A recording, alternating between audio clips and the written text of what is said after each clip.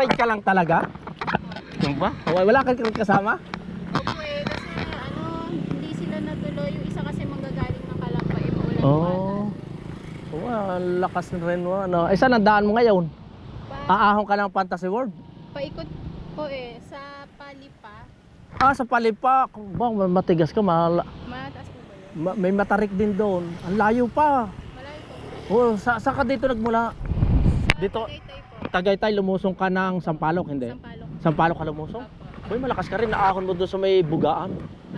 Ang ahon ko po sa silang eh, banayad lang naman. Ay doon, mabanag. Hindi, ibig ko sabihin, dito sa may Laurel Light, oh. Kagabi may pa po tarik.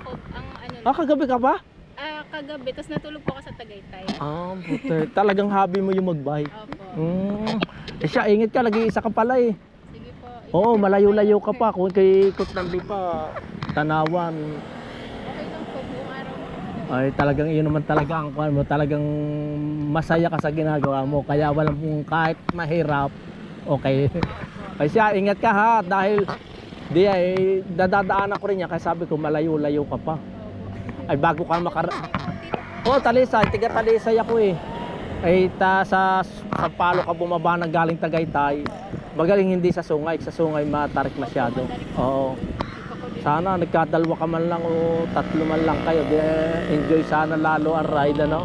Pag may kasama, yung iba kasi may Oo, mahirap yan. Ako'y nagra-ride rin nung medyo bata-bata pa ako. Ngayon bihira na ako mag-ride.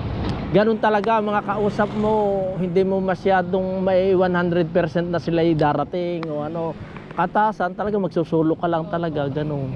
Eh, ayoko namang maghintay na kasi Oo nga, oo gusto ko nga. naman mag-bike. Oo. Kasi ingat, ingat. Enjoy. Galing.